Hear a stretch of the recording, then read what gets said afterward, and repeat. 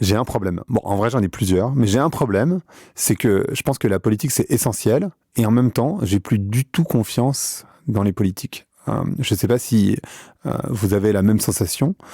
Et c'est pourquoi aujourd'hui, je reçois David Jays, qui est un normalien, énarque, prof à Sciences Po de philosophie politique, auteur de Slow Democracy, pour parler justement avec lui de comment on refait confiance à la politique, aux politiques. C'est quoi les problèmes dans lesquels on est aujourd'hui, la chute de la démocratie un peu partout, mais aussi, on le voit un petit peu en France, les problèmes liés à la mondialisation versus le localisme, le problème lié à l'environnement. Bref, on essaye d'avoir une vision un peu globale de tout ça avec David durant les 40 prochaines minutes qui se promettent d'être passionnantes pour vous. Je vous laisse avec cette conversation. Allez, Vlan. C'est parti.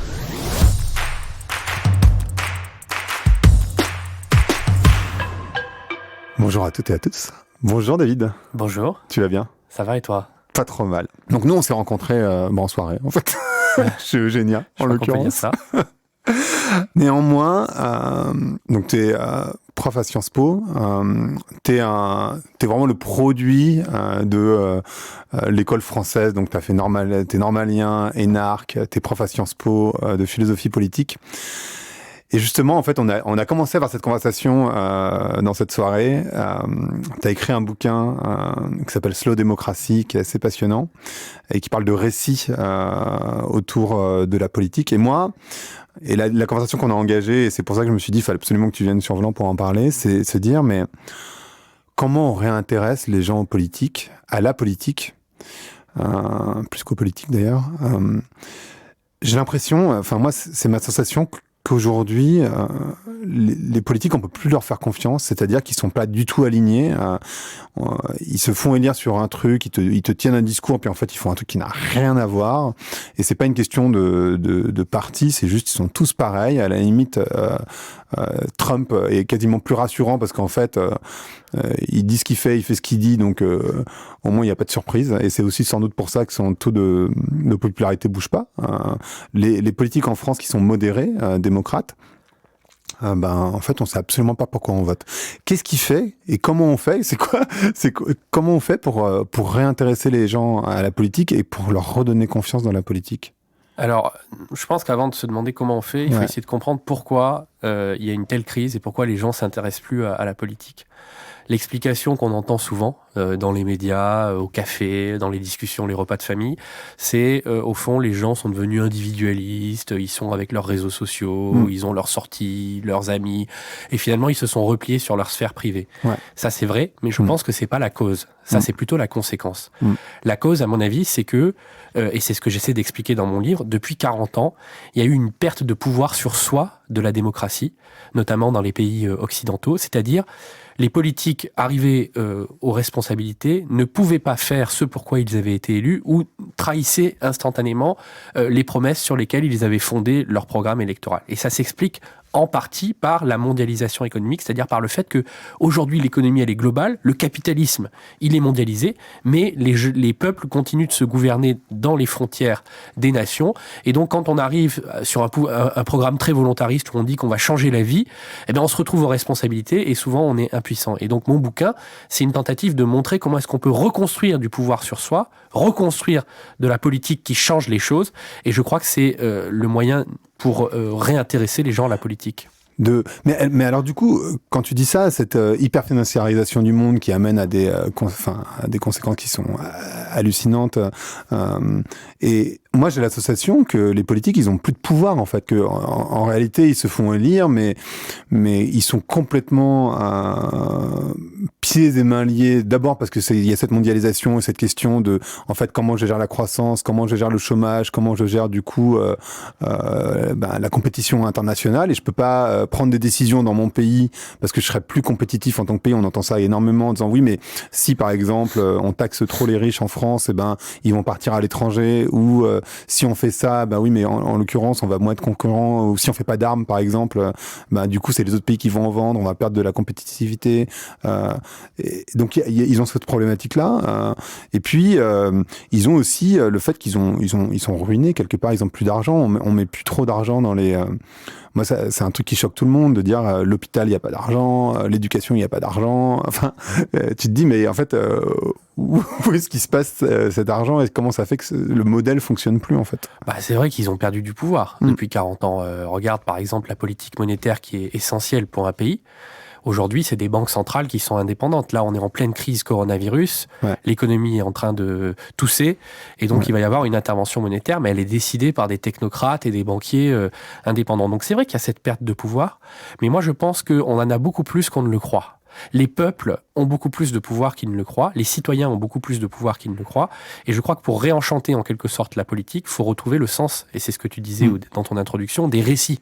C'est-à-dire d'être capable de raconter dans quel monde on veut entrer, de quel monde on veut sortir et dans quel monde on veut entrer, et je crois que la période que nous traversons aujourd'hui, de grande crise climatique, de grande crise du capitalisme, c'est une période qui est très intéressante pour ça, parce qu'on est à la charnière, on est dans un grand moment de transition, et c'est le moment du retour des grands récits.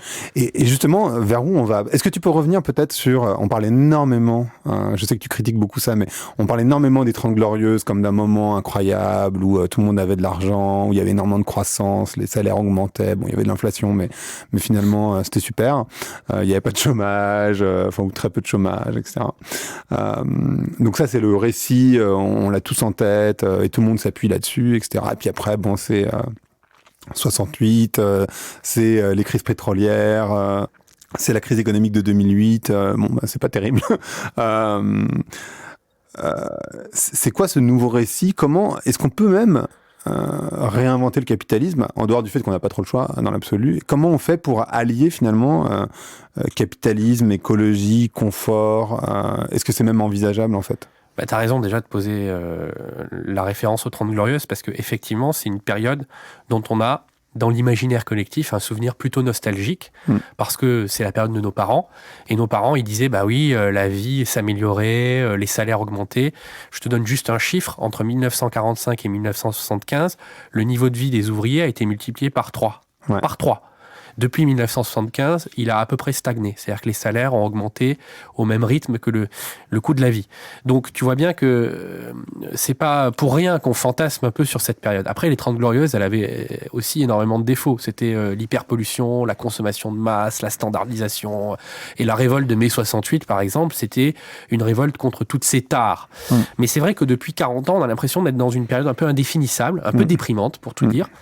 Et il faut qu'on trouve un modèle de rechange. Et évidemment, ce modèle de rechange, ça ne pourra pas être les 30 Glorieuses. Voilà. Parce que ça ne pourra pas être la croissance d'un côté, puis je branche un tuyau sur la croissance, et avec ce tuyau, cette pompe, j'alimente la société. C'est-à-dire que les gains de productivité servent à financer les hausses de salaire, le bien-être de la société. Parce que ça, c'est destructeur pour l'environnement, destructeur pour nos équilibres. Et donc aujourd'hui, tout le récit qu'il faut inventer, c'est un récit beaucoup plus sobre, beaucoup plus en phase avec notre environnement, beaucoup plus en phase avec la biosphère. Et ce qui est passionnant, c'est que ça nécessite de tout repenser. Comment on habite, comment on se déplace, comment on pense, comment on design, comment on market, comment on crée de la valeur, comment on réfléchit. Nos rapports intrafamiliaux, nos rapports amicaux, tout doit être repensé en quelque sorte au prisme ou au tamis de cette soutenabilité environnementale. Et c'est passionnant, mais moi ce qui m'inquiète, c'est que je ne vois pas beaucoup d'efforts, d'envergure pour essayer de penser ce nouveau monde. Bah non, en fait, les politiques, j'ai l'impression que... Alors attends, avant d'aller vers ça, je me disais, toi tu dis donc les salaires des ouvriers ou de la classe moyenne n'a pas du tout évolué sur les dernières 40 années. Je pense que les gens ont bien réalisé, ils se sont bien rendus compte. Mais par contre, pour les personnes les plus aisées, ça tu connais les chiffres ou... Ah bah oui, je peux te donner les chiffres. C'est une augmentation entre 100 et 120% pour le top 1% dans les pays occidentaux, à cause de la scalabilité. Je ne sais pas si tes auditeurs connaissent le concept de scalabilité. La mise à l'échelle, en fait. Voilà, c'est Nassim Nicolas Taleb qui développe ça dans Le Cygne Noir, The Black Swan. Il explique qu'avec la mondialisation, on peut démultiplier son audience sans augmenter les coûts de production. Donc quand je suis chanteur, quand je suis écrivain, quand je suis footballeur à succès, il y a 50 ans, j'avais un public local, et maintenant j'ai un public mondial. Donc du fait que Maria Carré, par exemple, elle a 1 milliard de vues sur YouTube, elle augmente considérablement ses revenus. Et c'est cette scalability qui explique véritablement évidemment les écarts de revenus qui vont se creuser entre un top 1% et des gens qui, eux, restent dans des métiers du quotidien où ils n'ont pas les bénéfices de la mondialisation. Mais les bénéfices de la mondialisation, est-ce que c'est pas justement le fait de pouvoir produire à moindre prix? Parce qu'il y a aussi cette question-là en disant, oui, mais quand on produit, alors... avant en Chine, maintenant au Pakistan ou dans des pays à moindre coût, les objets ils sont moins chers, donc ça permet aux classes moyennes justement d'y accéder, aux personnes les moins favorisées d'y accéder. Et donc c'est un peu le serpent qui se mord la queue, c'est-à-dire que si demain on reproduit tout en local en France, les prix vont augmenter, donc ils vont plus pouvoir accéder finalement. Alors, je vais te répondre en 2 points. D'abord, je pense que on peut pas tout produire en local, hein. Ça c'est évident. C'est-à-dire que la mondialisation, ça a du bon pour certains produits, ça permet de spécialiser les économies, et donc il est évident qu'il faut garder des industries compétitives à l'export, etc. En revanche, le problème de cet argument de dire on délocalise mais ça permet d'acheter moins cher, c'est qu'on privilégie la quantité sur la qualité. Quand tu vas dans un magasin type Nike, Adidas ou dans la grande distribution, t'achètes des produits, on te dit vous en achetez un, mais vous en avez la deuxième paire de Nike ou le deuxième paquet de céréales pour 50%. Et puis au bout d'un an, c'est l'obsolescence programmée, on revient acheter. Et donc finalement, ça coûte presque aussi cher que d'acheter un produit local, d'artisanat local, qui est handmade en quelque sorte. Et au final, je suis pas persuadé que les plus modestes s'y retrouvent. Donc ça, je pense qu'il faut sortir en fait de ce récit sur la quantité, sur l'accumulation, et aller vers quelque chose plus orienté sur la qualité. Et là, tout le monde s'y retrouvera. Et ensuite, évidemment, il faut garder ce que la mondialisation peut avoir de bon, notamment sa faculté connecting people, c'est-à-dire sa faculté à rapprocher les gens, à rapprocher les cultures, mais il faut être très lucide sur ce que ça peut avoir aussi de destructeur pour le contrat social. Mais ouais, c'est ça, en fait. Je pense que les gens ont... ou en tout cas, mais on a l'impression d'être dans cette roue et de pas savoir comment en sortir en fait. Enfin, et on a l'impression, enfin moi j'ai l'association que parfois on peut en sortir au niveau mondial, mais au niveau local, c'est-à-dire national, ce que j'appelle local en l'occurrence pour la France, ça reste local, mais c'est national.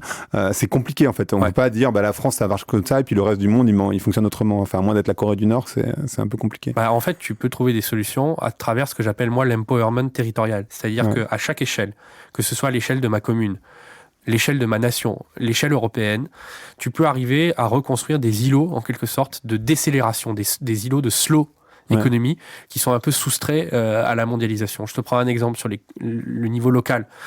Tu peux décider quand tu es maire d'une commune que dans les cantines, il y aura 100% d'alimentation bio pour les enfants qui vont à l'école. Et cette alimentation bio, elle vient des circuits courts, elle vient des producteurs locaux. Là, tu fais de l'empowerment territorial parce que l'argent de la cantine, tu le destines à des agriculteurs locaux et pas à des produits manufacturés alimentaires qui viennent de Chine ou de je ne sais où. Pareil pour la rénovation des bâtiments. Il y a des dizaines de millions de passoires thermiques partout en Europe. Les gens ont des factures de chauffage qui explosent. Il suffit d'activer un peu d'investissement public pour faire de la rénovation des logements.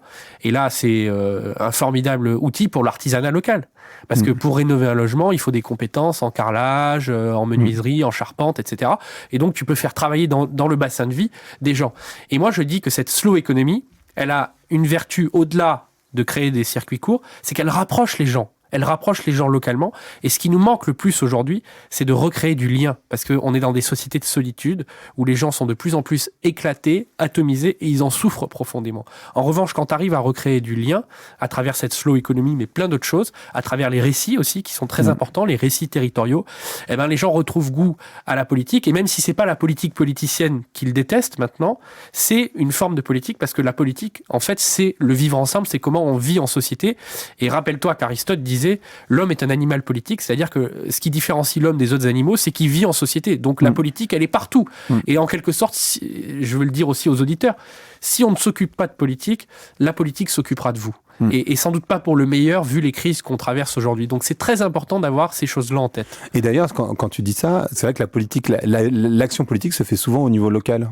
On regarde beaucoup finalement le niveau national, mais la vraie action, elle se fait au niveau local finalement. La vraie action se fait au niveau local sur plein de sujets, notamment sur le sujet qui pour moi est un des plus importants, qui est le design, l'architecture et l'urbanisme.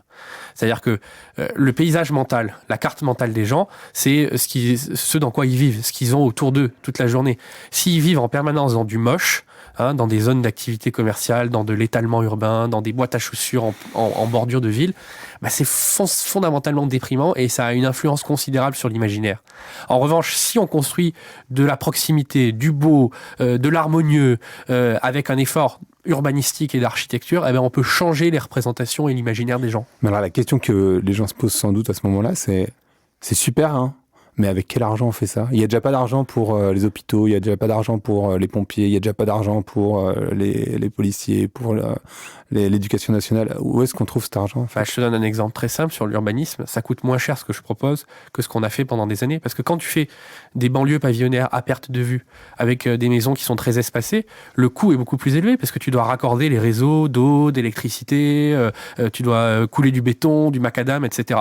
Quand tu proposes de recréer de la proximité, de reconquérir le beau, tu rénoves les logements dans les centres-villes, dans les centres anciens. Il y a 15% de logements vacants dans les villes moyennes en France. Si ces logements, tu fais un plan de rénovation et que les gens reviennent vivre dans les centres-villes, retrouvent du lien, ça te coûtera moins cher et ça créera beaucoup plus de bonheur public et de solidarité entre les gens. Et alors par rapport à ce que tu disais tout à l'heure, j'ai coupé, mais finalement on va y revenir. J'ai la sensation que les politiques, et c'est peut-être l'éducation à l'ENA qui fait ça, hein, tu vas me dire, mais qui sont hyper action-solution, c'est-à-dire tiens, il y a un problème de pollution, la solution c'est de réduire les gaz à effet de serre, alors qu'en réalité, effectivement, comme tu le disais, je pense que la solution c'est pas juste de réduire les gaz à effet de serre, c'est de repenser la ville. Il y a énormément de gens qui font des transits banlieue Paris qui sont absolument pas nécessaires. Peut-être qu'il y a besoin de repenser complètement la manière dont les gens travaillent. Enfin, et sans doute, de toute façon, on n'aura pas forcément le choix, mais repenser la manière dont les gens se déplacent, parce qu'on leur a vendu pendant des années, et on continue d'ailleurs, quand tu vois les profits de Peugeot, à leur vendre l'indépendance dans la voiture, et c'est tellement agréable, etc. Et c'est pas faux, hein, c'est agréable. Enfin, j'ai pas de voiture, mais j'imagine. En tout cas, faut pas cracher sur ce modèle parce que voilà, il a eu des. Voilà, mais n'empêche qu'aujourd'hui, ce modèle, il nous a emmené dans le mur. On est allé beaucoup trop loin. Donc en fait, est-ce que c'est l'éducation à l'ENA qui implique ça, d'être vachement action-solution, ou comment tu fais pour avoir une vision holistique pour repenser le monde ? Je dirais que c'est pas limité à l'ENA. C'est-à-dire que même dans les entreprises, souvent on a tendance à se poser, on a tel problème de rentabilité, voilà les actions le plan d'action qu'il faut introduire. Et au fond, l'approche technocratique de la politique, c'est un peu la même chose. On a un problème de compétitivité, il faut baisser le coût du travail. On a un problème de délinquance, il faut augmenter les forces de police, etc. Sauf que, à mon avis, ça, c'est une approche, effectivement, qui repose sur l'analyse, c'est-à-dire la décomposition des problèmes en toutes petites unités. Alors que ce dont on a besoin aujourd'hui, précisément parce qu'on est dans un moment de grande transition, de passage d'un monde à l'autre, et ça s'accouche dans la douleur, en quelque sorte, c'est d'avoir des grandes synthèses, des grands récits qui donnent sens à tout ça. Et tu as tout à fait raison de parler de la ville, parce qu'il y a deux façons de faire de l'urbanisme. Il y a la façon où tu traites les choses de manière segmentée. Donc tu t'occupes, tu as l'équipe des jardins publics, tu as l'équipe du bâtiment, tu as l'équipe de la voie publique. Et puis il y a une façon plus globale. Et tu vois, il y a une entreprise, par exemple, formidable qui s'appelle Dassault Systèmes, dont l'ambition, c'est justement de sortir de l'analyse et du traitement segmenté des problèmes et d'aller vers une approche globale de la ville. Ils ont, par exemple, un contrat avec Singapour où ils ont récupéré les données de toutes les agences de Singapour, donc agence de l'eau, agence des parcs publics, agence de l'immobilier. Ils ont connecté ces données entre elles et ils arrivent à projeter en 3D une représentation de la ville globale. Et ça, c'est fondamental parce que le virtuel te permet d'avoir une représentation holistique, c'est-à-dire une représentation d'ensemble, et donc d'écrire ce récit territorial qui est absolument nécessaire et qui va avoir un impact positif sur tous les segments de l'action publique, beaucoup plus positif que si tu traites chaque segment séparément. Je savais même pas que Dassault faisait c'est assez nouveau en fait. Ouais. Ils ont longtemps bossé pour des boîtes, fait de l'aide au design par le virtuel pour des entreprises privées. Et maintenant, ils se lancent aussi dans l'urbanisme. Et franchement, Dassault, moi je veux la saluer parce que Dassault Systèmes, c'est une des plus belles boîtes industrielles françaises. Ouais. Je sais que Google a investi énormément sur les villes connectées, avec toutes les dérives qu'on connaît de Google. Mais Il y a une autre question que je me pose et qui fait énormément de débat en ce moment, c'est la chute de la démocratie en France. Tu vois, on dit que finalement l'état dans lequel on est, il est pas totalitaire, mais presque. Et puis il y a certains philosophes politiques justement qui disent oui, mais un policier qui fait un croche-patte à une femme, c'est pas un état totalitaire, c'est une insulte de dire que c'est une insulte au totalitarisme de dire que c'est un état totalitaire. Et d'autres qui disent mais vous vous rendez pas compte, enfin un policier qui fait un croche-patte à une femme, c'est le début de, enfin c'est quand même n'importe quoi. Il y a quand même cet énorme débat dans la société française en ce moment. Je sais pas si tu vois à quoi je fais référence. Si. Qu'est-ce qui se passe en fait et comment on reprend aussi confiance là-dedans, c'est-à-dire parce que encore une fois, ce qu'on se disait tout à l'heure, c'est tu votes pour un politique mais tu sais absolument pas quel programme il va mettre en place en fait, parce que comme il a pas de récit, ben tu sais pas où il va. Et puis souvent, on voit bien que les politiques ils te disent un truc et puis en fait ils font autre chose. Qu'est-ce qui est en train de se passer par rapport à la démocratie? C'est quoi le problème? Moi, je pense que tout ce dont tu parles, c'est le symptôme d'une dégradation du vivre ensemble. Et cette dégradation du vivre ensemble, on le voit au fait qu'il n'y a plus de débat public à proprement parler. C'est quoi le débat public dans la démocratie idéale? C'est une espèce de forum où les gens échangent des arguments, où on noue des compromis, on n'est pas d'accord, et c'est tant mieux qu'on ne soit pas d'accord, mais on arrive à des positions de compromis. Aujourd'hui, on est uniquement dans l'invective.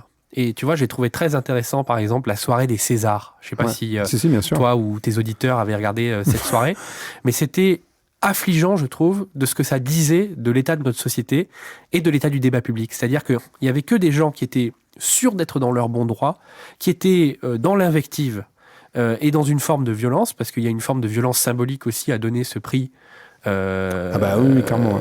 De la meilleure réalisation à Roman Polanski, mais il y avait aussi de la part de ceux qui se sont opposés à lui une forme de violence verbale et de maximalisme dans l'attitude. Et donc ça donne l'impression qu'on est dans une société où on n'arrive plus à se parler et donc on n'arrive plus à trancher les problèmes. Parce que le débat public, c'est mettre un problème sur la table, discuter des différentes options et à la fin, arriver à une position de compromis ou arriver à trancher le problème. Et aujourd'hui, on a des gens qui vivent dans des bulles. C'est pas pour rien que mon copain Jérôme Fourquet parle d'archipels français, c'est-à-dire des petites îles comme ça, qui sont pas connectées les unes aux autres. Et c'est terrible parce que c'est la dégradation du vivre ensemble. Et ça crée du malheur, y compris du malheur individuel. C'est pour ça que je disais tout à l'heure, si vous vous occupez pas de la politique s'occupera de vous, parce que le malheur peut arriver comme ça. Le malheur peut arriver comme ça. Et on voit, avec la crise de la démocratie, c'est vrai en France, mais c'est vrai aussi dans plein de pays, comme les États-Unis, le Brésil, l'Inde, à quel point les démocraties sont fragiles et à quel point, demain, elles peuvent basculer dans autre chose. Donc, c'est vraiment le moment de se retrousser les manches et d'essayer de construire ces nouveaux récits qui vont nous permettre d'aborder avec optimisme, avec positivité, avec enthousiasme, ce nouveau monde qui est passionnant à mains égards. Parce qu'il y a beaucoup de défis à affronter et ça va être très difficile, mais en même temps, c'est passionnant. Et comment t'expliques, toi, justement, le Brexit ou Trump ou Bolsonaro? Comment t'expliques ces phénomènes, en fait? Si on reste sur la crise des récits, en partie à cause de la crise du récit national, c'est-à-dire que le Royaume-Uni, c'était aussi un archipel. Tu avais d'un côté Londres ou l'Écosse, qui étaient des régions riches, prospères, qui très à l'aise dans la mondialisation. Tu vois, la City de Londres, par exemple, elle a vu son PIB multiplié par 10 en 20 ans. Alors que le nord de l'Angleterre, désindustrialisé, ça a été une longue descente aux enfers. Et je pense que David Cameron, qui était Premier ministre du Royaume-Uni au moment de la crise économique, il a fait une erreur assez majeure, c'est que il a dit non seulement je baisse la dépense dans l'éducation et la santé, alors que tu sais bien que le service public c'est le patrimoine de ceux qui n'en ont pas, mais en plus il a dit je vais baisser les impôts pour Londres parce qu'il faut préserver la compétitivité de la place financière. Et donc le nord de l'Angleterre, il a eu la double peine en quelque sorte. Moins de services publics et moins de solidarité territoriale de la part des régions les plus riches. Donc ça a généré un immense ressentiment. Tu sais, on parle des gens qui vivent dans ces régions comme des left behind, des gens qui sont laissés derrière, laissés pour compte. Et le ruissellement. Et il n'y a pas eu de ruissellement. Non. Et donc ce qui s'est passé, c'est que c'est un vote évidemment de ressentiment et de colère, mais qui explique le séisme politique qu'a été le Brexit. Et les États-Unis? Les États-Unis, c'est un peu la même chose finalement. C'est-à-dire que tu vois que la mondialisation, l'ouverture économique sur la Chine a détruit 2 à 3 millions d'emplois industriels dans les années 90-2000. C'est pas moi qui dis ça, c'est des économistes du MIT, notamment dans les zones où il y avait de l'industrie automobile, par exemple dans le nord des États-Unis. Vous connaissez tous Détroit, ces villes où il y avait les usines General Motors. Les gens se sont retrouvés au chômage, sans possibilité, bloqués dans des pavillons qui s'étaient endettés pour acheter, qui avaient perdu de leur valeur. Donc il y a une sorte de désespoir social qui apparaît. Et comme il n'y a pas eu justement ce travail de construction d'un récit de reconversion, de reconversion positive de l'économie et de ces compétences-là, eh ben les gens sont allés mettre un ticket sur le seul récit disponible, qui était un récit de colère, qui était un récit qui leur promettait la reprise en main. Et c'est ce que tu disais tout à l'heure sur Trump comme storyteller. C'est-à-dire que Trump, il raconte une histoire qui est celle de la revanche, en quelque sorte, de cette Amérique-là, de la reprise en main. Et même si ça s'avère complètement illusoire sur le plan économique et dangereux sur le plan démocratique, ça a une force d'appel très forte pour les gens. Et la France, tu penses que ça peut arriver en France aussi ou c'est... Je ne crois pas que ça puisse arriver dans ces proportions-là, parce qu'on a la chance en France, et c'est pour ça que je ne suis pas tout à fait d'accord avec Sylvain Tesson quand il dit la France est un paradis peuplé de gens qui se croient en enfer. Je pense que la France, c'est pas complètement un paradis et que les gens se croient pas complètement en enfer. Ouais. La vérité est un peu entre les deux.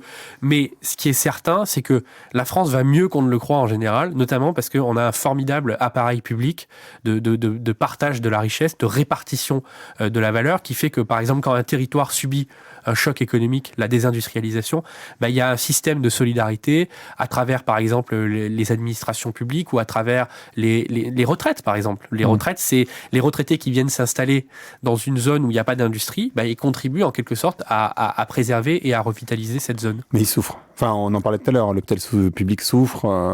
C'est certain qu'on a aujourd'hui des services publics qui sont en difficulté et en souffrance.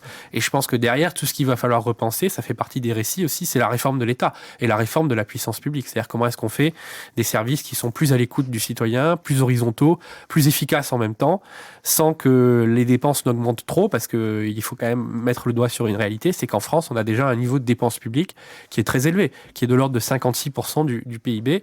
Alors moi, je trouve que la dépense publique, c'est une bonne chose quand elle permet justement cette solidarité, mais il faut rester réaliste et donc ce qu'il faut, c'est du design thinking en quelque sorte, c'est-à-dire imaginer comment est-ce qu'on peut faire mieux avec autant.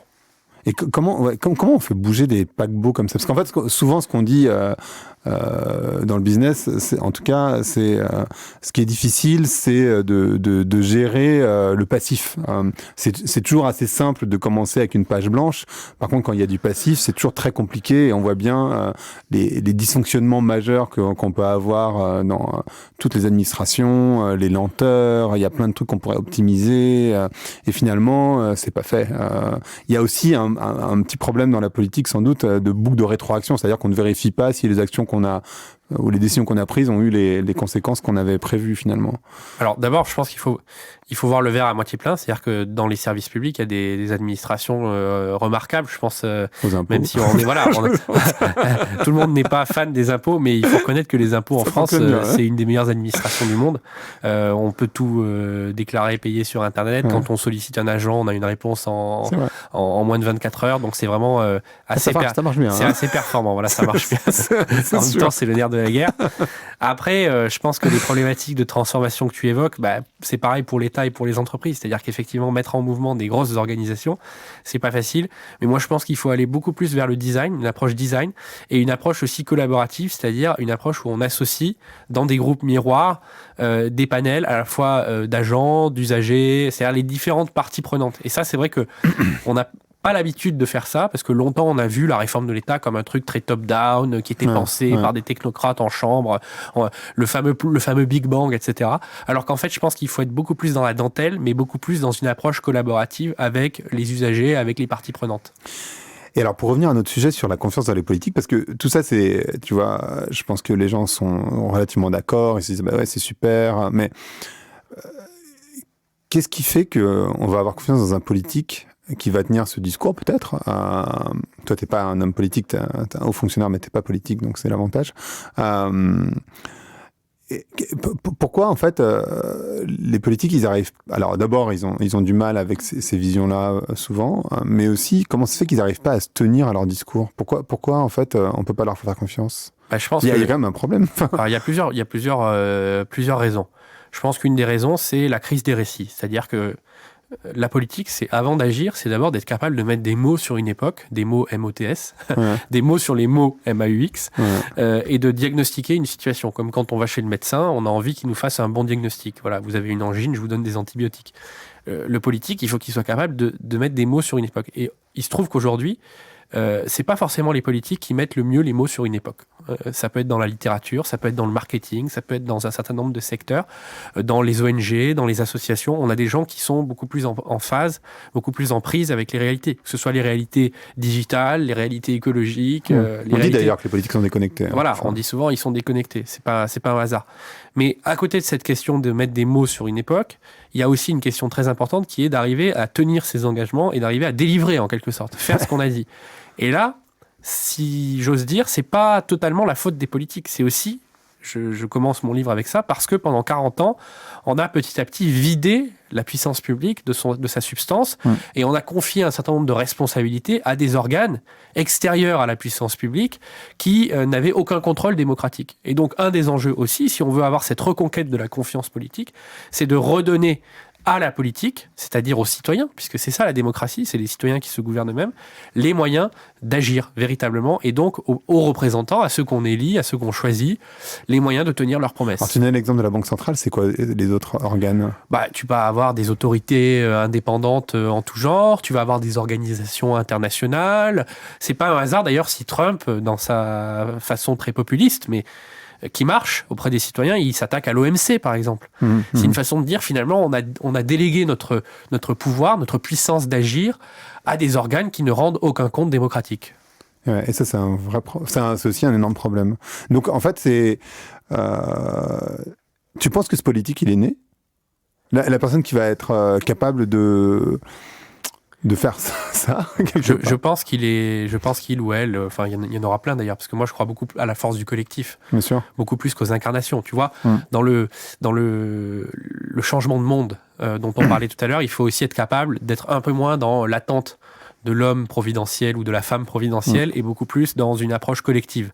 La force des collectifs, on l'a vu par exemple avec le mouvement des places, la Occupy Wall Street, la Puerta del Sol ou même les printemps arabes. C'est des collectifs anonymes. Même les Gilets jaunes, finalement, il n'y a pas de... Voilà, il n'y a pas de leader. Et à chaque fois qu'un leader émerge, souvent, il est zigouillé. Zigouillé. Donc, il y a une force du collectif. Et ensuite, évidemment, il faut toujours des incarnations. Je ne suis pas non plus dans la démagogie de dire il n'y a pas besoin d'incarnation. Mais ce qui est certain, c'est que là, on est dans des moments absolument décisifs et que les années qui viennent vont être les années où on peut ne pas élaborer ces grands récits qui sont nécessaires au changement de monde. Et alors, on a touché un tout petit peu l'écologie et le capitalisme, parce que c'est évident qu'on va arriver dans une forme de décroissance. Ça, on peut essayer de le nier, mais a priori, il va pas y avoir vraiment de solution magique, parce qu'on est en train on consomme de manière infinie des matières premières qui sont finies, donc au bout d'un moment, ça va s'arrêter par essence. Et puis de toute façon, c'est plutôt souhaitable parce que ça rend personne heureux non plus. Comment selon toi, comment on opère la transition d'un monde hyper capitaliste, hyper individualiste, hyper financiarisé où on tue, on en parlait tout à l'heure avant, mais on tue des journalistes qui enquêtent sur les malversations de la pollution industrielle. Comment on fait pour passer de cette situation-là, celle d'aujourd'hui en fait, à une situation beaucoup plus positive finalement ? Comment on fait pour faire la transition au niveau national versus global ? Et comment on entraîne d'abord un État, mais aussi peut-être l'ensemble de la société ? Déjà, je pense qu'il y a un sujet très important qui est de passer de la quantité à la qualité. C'est-à-dire que plutôt que d'avoir 4 packs de lessive, dont 2 à 50% fabriqués dans des conditions atroces, j'en ai un, mais que j'utilise de manière beaucoup plus parcimonieuse. Donc il y a un sujet... Donc je lave moins mes fringues ? Je lave mieux mes fringues. Donc il y a un sujet anti-gaspi, je mets pas 2 doses quand je peux en mettre qu'une seule, etc. Et donc ça, c'est un sujet de comportement individuel, et donc il y a un combat culturel à mener. Et de design. Et de design, bien sûr. De design. C'est très important, parce qu'en fait, dans la société de l'illimitation, les produits commercialisés, ils sont pensés justement pour être consommés user, jeter, remplacer. On parlait tout à l'heure des paires de chaussures qu'on changeait tous les ans. C'est pensé comme ça, c'est-à-dire qu'il y a de l'obsolescence programmée. Il faut vraiment sortir de cette culture de l'obsolescence programmée et aller vers la durabilité, mais aussi vers le réemploi. C'est-à-dire que le marché de l'occasion, le troc, c'est des systèmes, ça peut pas s'appliquer à tout, mais c'est des systèmes qui ont déjà fait leurs preuves. Donc il y a vraiment ce changement culturel qu'il faut avoir, et c'est un changement qui au fond dépasse simplement les habitudes de consommation. C'est aussi comment est-ce que j'habite dans ma maison ou dans mon logement. C'est comment est-ce que je me déplace. Est-ce que je prends pas un peu plus le vélo? Est-ce que je prends pas un peu plus mes deux jambes? Parce que c'est bien de marcher. Ça permet de profiter de la beauté des paysages. Mieux que quand on est dans l'habitacle d'une grosse berline qui file à vive allure sur l'autoroute. Et franchement, c'est vraiment un travail à la fois collectif et individuel à faire, mais qui, là encore, pardon d'être un peu obsédé par ça, mais passera par le récit. Ah non, mais moi j'en suis convaincu qu'il faut changer de récit. Aujourd'hui, en fait, le truc c'est que je crois que l'un des problèmes de l'analyse et de tout ce monde qu'on a vraiment adoré de la technique, finalement, c'est qu'on a démagifié le monde. C'est-à-dire qu'en fait, c'est Michael Landrieux, qui est un sociologue de l'imaginaire, qui est venu en parler sur ce podcast, mais qui explique que c'est super l'analyse, on a réussi à tout expliquer, à tout comprendre. En tout cas, on a cherché à le faire, et puis après... on verra que finalement, quand tu vas avoir des analyses quantiques, c'est pas aussi clair. Mais en tout cas, on a cherché à tout expliquer, tout comprendre. Mais en faisant ça, on a enlevé la magie du monde. Et donc l'espoir. C'est-à-dire qu'en fait, le désenchantement du monde, c'est quoi? C'est qu'on a éteint toutes les étoiles dans le ciel, les unes après les autres. Ouais. Et à la fin, qu'est-ce qui se passe? On se retrouve là, seul sous son lampadaire, comme un con. Avec son téléphone. Franchement, et avec son smartphone qui émet un faible halo de lumière, mais franchement, c'est plus beau de regarder les étoiles. C'est clair. Et donc, moi, je vois la société d'aujourd'hui un peu comme des millions d'unités de gens qui regardent leur smartphone. Il y a des belles pages de Sylvain Tesson là-dessus. Et ce qu'il faut, justement, c'est arriver à reconquérir ces territoires perdus de l'imaginaire, de la beauté et de la rêverie. Et ça passe effectivement par ce que tu appelles, toi, la remagification. Moi, j'appelle ça le réenchantement du monde, mais c'est les mêmes processus qui sont à l'œuvre. Et est-ce que tu crois, parce qu'on en parlait tout à l'heure... du livre de Fourquet. Est-ce que tu crois que les réseaux sociaux, moi j'ai l'association en tout cas, que les réseaux sociaux ont détruit la démocratie? C'est-à-dire qu'aujourd'hui, en fait, ça a renforcé les bulles. Aujourd'hui, chaque personne est dans sa bulle et donc a l'impression qu'ils sont d'accord, donc ils ont sans doute raison, que les partis extrémistes manipulent extrêmement bien les réseaux sociaux, donc en fait manipulent les foules et d'abord par les emails, ils ont commencé comme ça par les listes d'emails, mais après aussi à travers Twitter, mais aussi de manière plus générale les réseaux sociaux, après avec différentes techniques que j'ai pu analyser sur ce podcast. Est-ce que tu penses que c'est même compatible en fait c'est vrai que aujourd'hui, il y a beaucoup de critiques sur les réseaux sociaux. Certaines sont légitimes, d'autres non. D'abord, moi, je crois quand même que les réseaux sociaux, par leur caractère décentralisé, horizontal, c'est un formidable outil de connexion et de liaison des gens. On l'a vu au moment des printemps arabes, c'est ce qui a permis de contourner. Quand les chaînes de télévision et les radios sont contrôlées entièrement par l'État, vous n'avez aucun moyen de faire entendre une autre voix, de faire entendre l'opposition. Et donc, ça a été un formidable outil pour contourner en quelque sorte la censure et la dictature. Donc il peut y avoir des aspects formidables, mais c'est vrai qu'aujourd'hui il faut être aussi assez attentif aux dangers que ça peut faire peser sur les démocraties, et c'est vrai que les réseaux sociaux pas régulés du tout, on l'a vu aux États-Unis au moment de Trump, on l'a vu aussi au moment de l'élection présidentielle en France en 2017, ça peut avoir un impact sur les campagnes présidentielles, parce qu'il y a des fake news, parce qu'il y a des biais de confirmation comme on dit, c'est-à-dire des gens qui s'alimentent en quelque sorte dans de la manipulation ou dans de l'ambiguïté parce qu'ils sont sur des communautés en fait des bulles dont ils sortent jamais. Et ça, le travail des pouvoirs publics, c'est pas de censurer les réseaux sociaux, mais c'est de les réguler de manière à ce qu'ils puissent jouer le rôle positif de connexion des gens, mais sans les aspects que tu as dit. Ils ont demandé à Facebook de le faire lui-même, quoi. Donc c'est ça qui est un peu bizarre parce que ils ont demandé trop tard surtout. C'est-à-dire que ça fait 10 ans que ces réseaux existent et qu'ils ont conquis le monde en quelque sorte, parce qu'il y a des milliards d'utilisateurs.